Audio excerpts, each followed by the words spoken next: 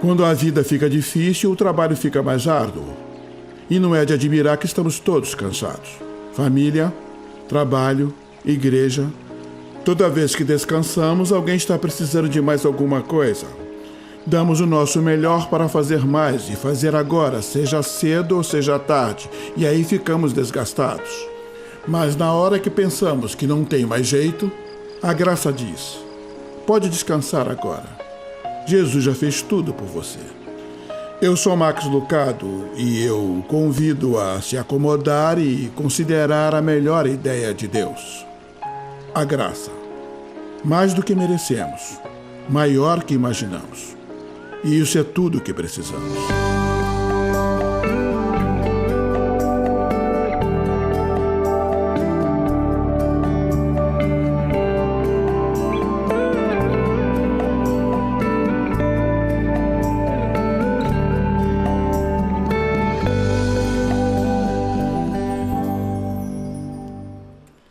Eu guardei a minha pendurada no cabide do meu guarda-roupa. Não para esconder. Ao contrário, para que eu pudesse ver. Eu sentia que não existia manhã completa sem a satisfação de ver esta faixa de condecoração, minha faixa de condecoração, com emblemas e méritos.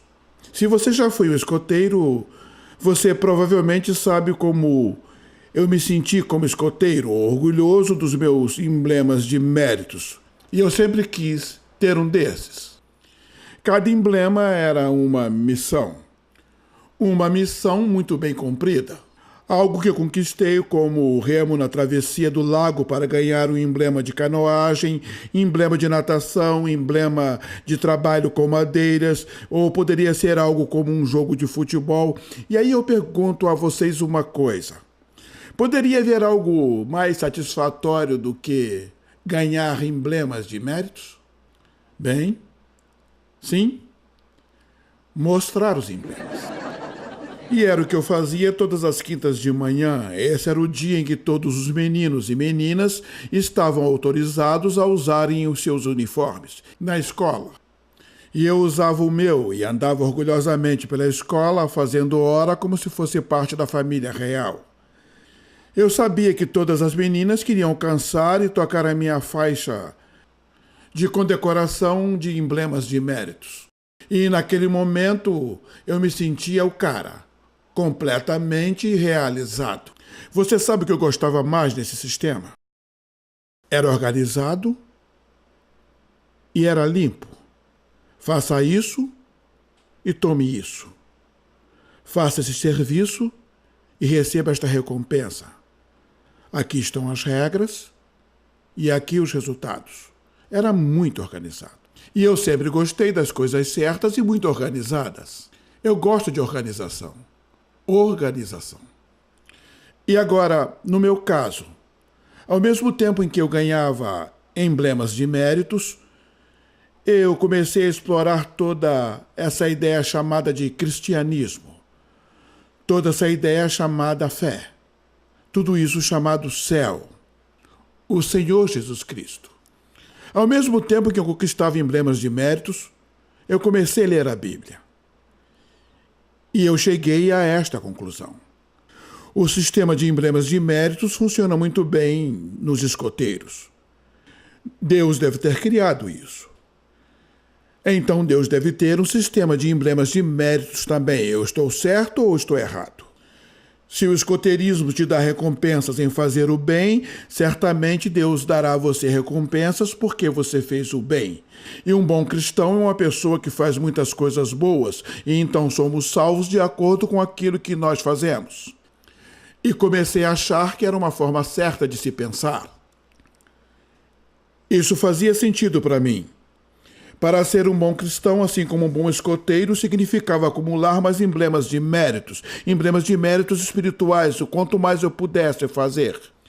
Eu sei que isso sou esquisito, mas na minha cabeça eu pensava que em algum lugar lá no céu eu fosse manter os anjos com suas pequenas máquinas de confeccionar emblemas bem ocupados.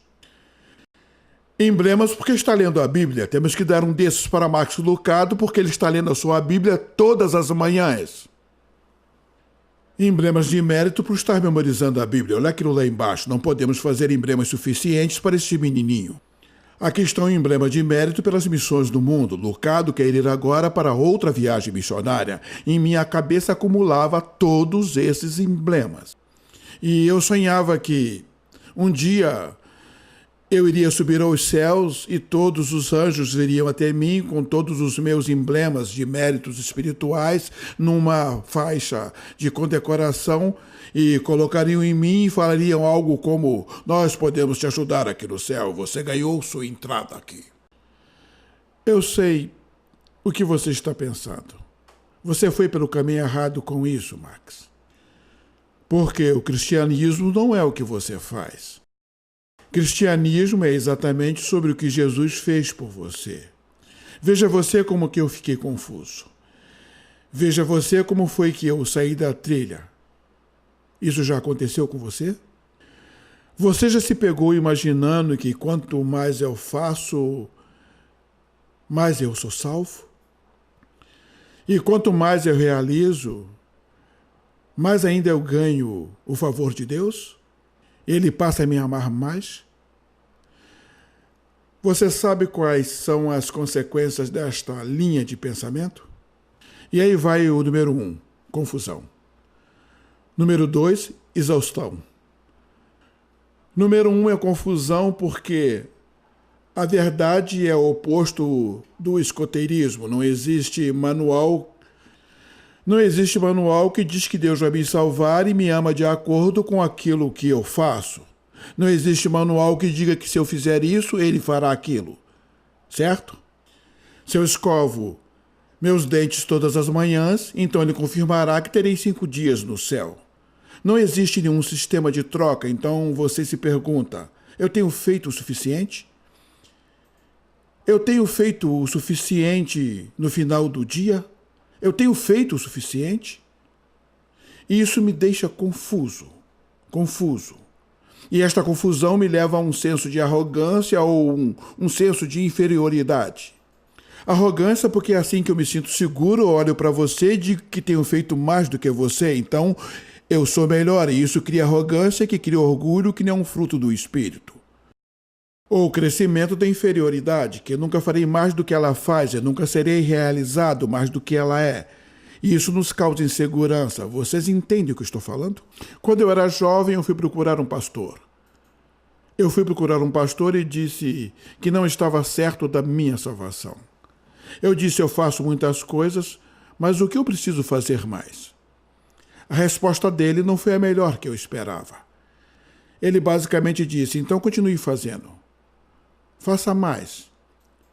Porque quanto mais você fizer, será melhor para você. Você faz e você muda. Fez, mudou. Fez, mudou. Fez, mudou, mudou, mudou. Talvez você conheça esse ritmo, porque eu não fui o primeiro a cantá-lo.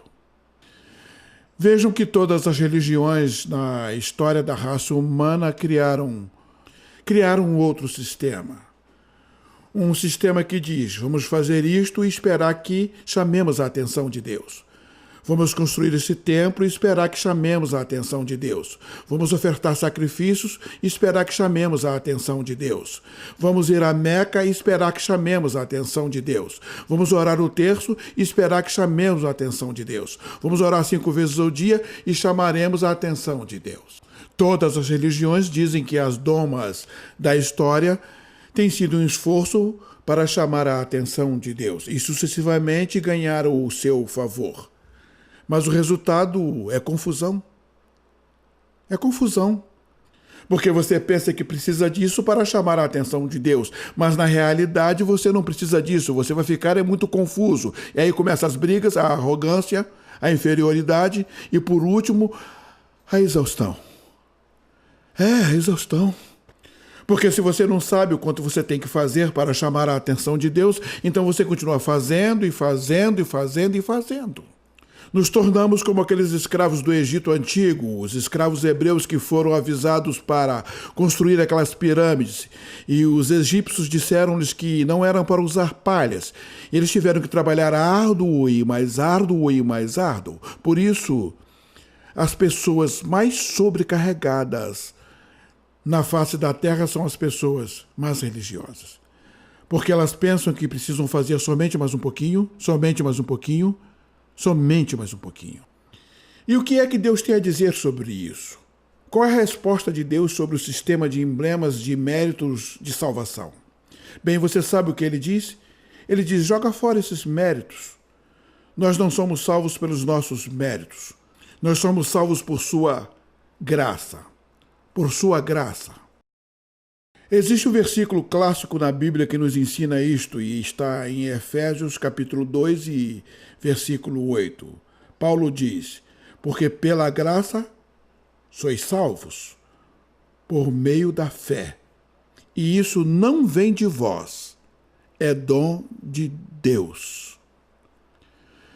Pela graça você foi salvo através da fé. E só para ter certeza que entendemos o que é a graça, o que ele diz? Não é de vocês? Não é de vocês. Eu fiz isso, isto não é de vocês. Eu cumpri isto, não é de vocês. Não é de vocês. Isto não tem nada a ver com qualquer obra que você fez. Na verdade, isto é um presente. Um presente de Deus. Se eu te desse um presente e eu tenho aqui uma bela pedra para te dar como presente, e se você tivesse que receber, qual seria a sua resposta? Obrigado. Obrigado seria a sua resposta, não seria obrigado e deixe-me dar $5, certo? Porque no momento em que você me dá $5, deixa de ser um presente, então passa a ser uma compra. Uma compra. O apóstolo Paulo foi muito feliz aqui. Quando Deus vem a nós para a salvação, ele fala para você o seguinte, deixa-me dar um presente. Um presente. Agora, aceitaremos nós o presente quando é algo pequeno, como a pedra. Mas existe algo sobre aceitar um presente como a salvação, que é monumental. Mas ao invés disso, pensamos tudo ao contrário. Eu não posso aceitar a salvação como se fosse um presente. Certamente deve haver alguma coisa que eu tenha que fazer. Por menor que seja, eu tenho que fazer alguma coisa. Eu não posso merecer isso assim, de graça, como se eu tivesse direito a isso sem ter que pagar absolutamente nada.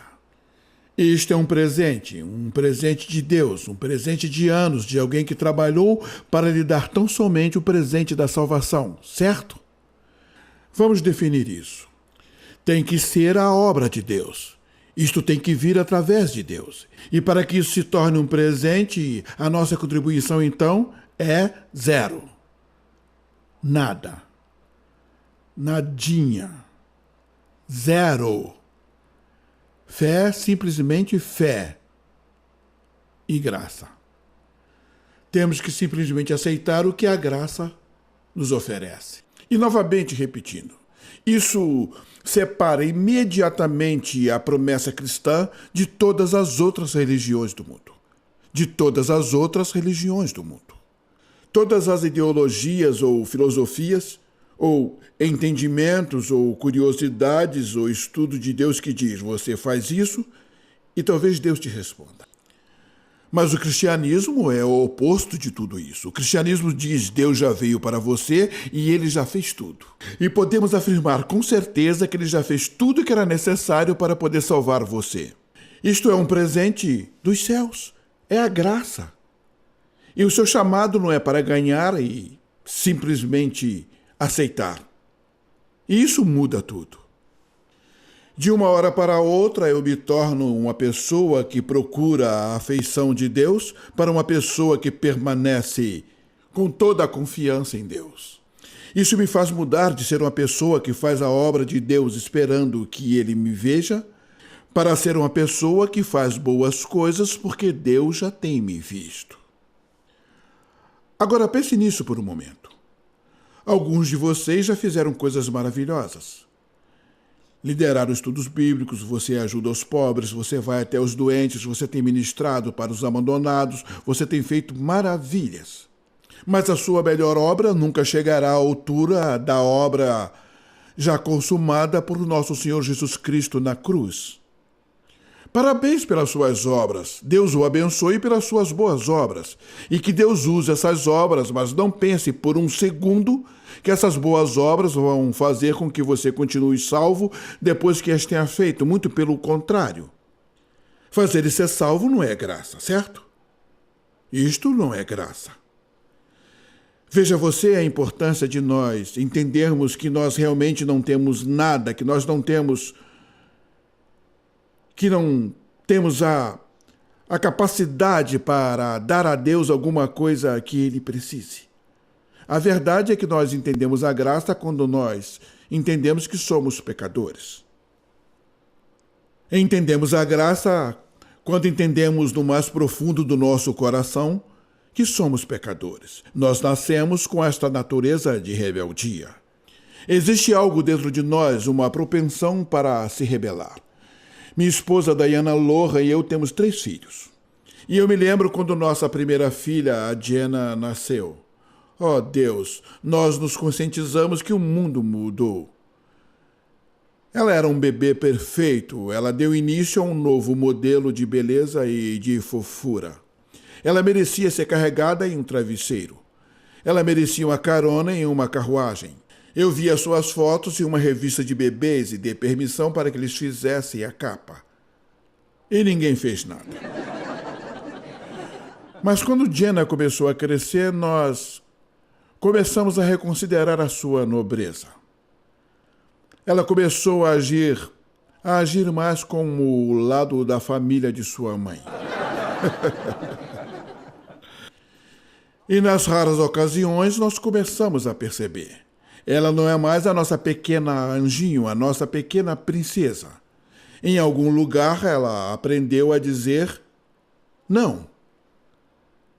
Começou a discutir, rebelde, porque ela nasceu com esse espírito de rebelião. Você já observou que você não ensina as crianças a dizerem não? Você já observou que você não ensina as crianças a dizerem isto é meu? Onde eles aprenderam isto? De acordo com a Bíblia, nós nascemos com este espírito de confronto, com este senso de rebelião. E de acordo com a Bíblia, este espírito de confrontamento é pecado. É pecado. Este espírito de confrontamento nos faz olhar para Deus e dizer, sabe Deus, eu conheço mais a minha vida do que o Senhor realmente conhece. Você sabe por que o céu será mais divino e tranquilo? Porque finalmente não haverá mais discussões com Deus. O céu será divino porque estaremos submetidos a um rei.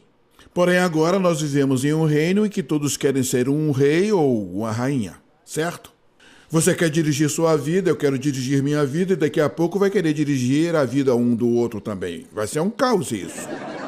Mas o céu será divino porque nós finalmente estaremos submetidos a um rei. Mas até lá, nós precisamos de alguém que nos salve. Porque todos nós fomos infectados com esta coisa que se chama pecado. Cada um de nós foi infectado. E existe alguém que está escutando dizendo, verdade, tem um monte de pecadores do mundo, mas sabe, eu não sou um deles, eu sou muito melhor do que essas pessoas. Eu posso fazer coisas más. Eu li nos livros sobre pessoas que fizeram coisas más. Eu não sou Hitler, nem Mussolini. Não posso ser comparado com eles. Eu sou muito melhor. Eu tentei fazer isto com a minha mãe. Minha mãe dizia para mim que era para manter o meu quarto limpo, e era um desastre. Mas quando ela aparecia e dizia, Max, limpa todo esse seu quarto, eu a levava no quarto ao lado do meu para mostrar o quarto do meu irmão mais velho. Era muito pior, e eu dizia, olha mãe, o meu quarto está bem limpinho se comparado com o quarto do meu irmão mais velho. E você sabe o que ela fazia? Ela me levava até o final do corredor, uns 6 metros, e me conduzia até o quarto dela. E lá me mostrava o seu quarto, onde a cama estava feita, com os sapatos colocados em ordem, tudo estava arrumado, nenhuma meia no chão. E ela dizia: Max, este é o meu modelo de perfeição. Para alguns de nós que diz: bem, eu posso ser um pecador, mas não sou tão mal comparado com fulano ou com cicrano. Aqui está o que Deus diz. Ele nos apresenta a Jesus Cristo e diz: este é o meu modelo de perfeição. Ele nunca disse uma palavra que depois iria se lamentar. Nunca sentiu Deus o chamando para um caminho e escolheu ir para outro caminho. Sempre sentiu a presença de Deus, ouvia a voz de Deus e instantaneamente obedecia. Sempre amou seus vizinhos, sempre amou seu Deus. Houve um tempo em que ele perguntou à multidão: pode alguém aqui me acusar de algum pecado? Se eu fizer esta pergunta aqui, todas as mãos se levantarão. Mas com ele ninguém pôde. Ninguém pôde. Aqueles que o seguiam mais de perto diziam que ele era uma pessoa sem pecado. Uma pessoa sem pecado. E então, a resposta de Deus para nós que nos comparamos com os outros é: se comparem com Jesus Cristo. Ele é o meu retrato de perfeição. Quando nos comparamos com ele, nós percebemos que não precisamos de emblemas de méritos. Precisamos de um Salvador. E veja que ironia é esta. Ainda que Jesus nunca tenha pecado, ele foi maltratado pelos seus pecados e pelos meus pecados. Ele foi punido pelos seus pecados e os meus. Quando ele morreu na cruz.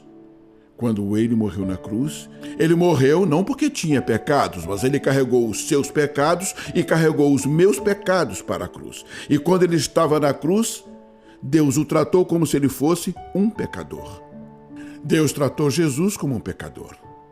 Ele fez com Jesus o que ele fará com qualquer pessoa que recusar aceitar Deus como o Rei do Universo. Naquele momento em que Jesus estava pendurado na cruz, tratado como pecador, tudo que você e eu sentimos como resultado do pecado, ele sentiu. A vergonha, o isolamento, a solidão, o desespero, a escuridão, a distância, a separação, tudo que ele sentiu é o que todo mundo está destinado a sentir se não aceitar a Jesus Cristo como Salvador. E foi por isso que Jesus disse: meu Deus, por que me desamparaste?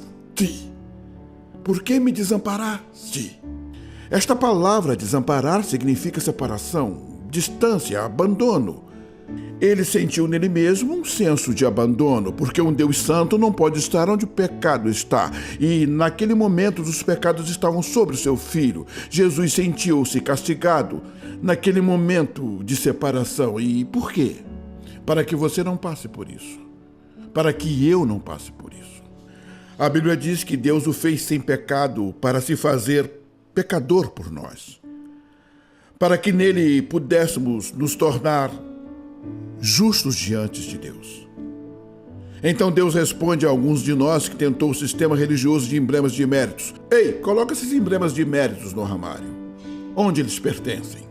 Porque nossos méritos não valem nada, mas as obras de Jesus Cristo valem tudo. Alguns de vocês devem lembrar, não muito tempo, um grupo de mineiros ficaram presos debaixo da terra no Chile. História dramática: 600 metros de profundidade em uma sólida rocha. 33 desesperados mineiros. O túnel principal veio abaixo. Não tinha como resgatá-los. 2 meses oraram para que alguém fosse capaz de tirá-los de lá. E aconteceu que o governo do Chile, em conjunto com a NASA e outros especialistas, construíram uma cápsula de 4 metros de altura. E eles perfuraram primeiro para fazer um buraco de comunicação e depois veio a escavação, sem nenhuma garantia de sucesso. Ninguém nunca esteve debaixo da terra por tanto tempo e viveu para contar. Mas eles conseguiram. E saíram em 13 de outubro de 2010, um por um. Você talvez lembre da comemoração. Todos gritavam, pulavam, vibravam de alegria. O que me chama a atenção nessa história é como os mineiros rapidamente entravam felizes na cápsula para permitir que fossem resgatados. Você pode imaginar estes mineiros presos a 6 metros de profundidade e vendo aquela cápsula, passam a enviar mensagem dizendo: "Ei, eu posso sair daqui por mim mesmo. Só me dê mais um pouco de tempo, me envia outro martelo, me dê um ponteiro, uma pá, eu sairei daqui por mim mesmo." Não, eles precisavam de ajuda e sabiam disso. E quando a ajuda veio, eles a agarraram. E você sabe que o governo deu para aqueles mineiros? Eles não colocaram isso no noticiário, mas ele deu graça aos mineiros. Eles entraram no mundo perdido dos mineiros e providenciaram uma saída para os tirarem de lá. Meu amigo, isto é exatamente o que Deus fez por você. Por cada um de vocês. Deus, através de Jesus Cristo, entrou em nosso mundo de escuridão. Estávamos perdidos, não tínhamos nenhuma esperança de resgate. Mas alguns ainda estão tentando achar o caminho de saída. Ainda estão esperando que as suas obras ganhem a atenção de Deus. Alguns de vocês se enganam que não precisam do resgate de Deus. Continuam comparando sua vida com os outros, dizendo: "Bem, eu não sou tão mal como alguns dizem que eu sou." Você não acha que já é hora de ser honesto com essa situação? Você não acha que já é hora de confessar, admitir, reconhecer que você é um pecador? Eu sou um pecador e precisamos de um Salvador. A hora é agora mesmo. Você pode dizer sim para Jesus Cristo, porque Ele entrou em seu mundo e abriu esta cápsula. Ele te convida a receber o seu poder, receber a sua força, receber a sua graça. E Ele, por sua força e graça, te elevará nas alturas.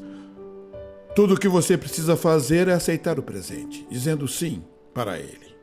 E eu vou conduzi-lo em uma oração. E você usará esta oração como uma chance de dizer: "Muito obrigado, Deus, por esta graça." E se você nunca disse sim para a graça de Deus, este é o seu momento de dizer sim para o seu Salvador. Querido Pai Celestial, pela forma como o Senhor entrou em nosso mundo, pelo que o Senhor fez por nós, nós dizemos obrigado. Muito obrigado, Deus. O Senhor foi muito além do que poderíamos pedir ou imaginar. Muitos de nós, Pai, só queremos te agradecer novamente pela graça que o Senhor nos deu. Nos perdoa quando pensamos que poderemos ganhar ou merecê-la. Senhor, ouça a oração deste precioso filho que está dizendo sim para o Senhor agora mesmo, pela primeira vez. As luzes se acenderam em suas mentes, como também em seus corações. E eles estão dizendo sim para esta graça. E assim o Senhor os recebe em seu reino. Te agradecemos por aumentar nossa população e por ajudar nossas famílias. Obrigado, Senhor, pela graça. Nós oferecemos esta oração a Jesus Cristo, nosso Salvador. Amém.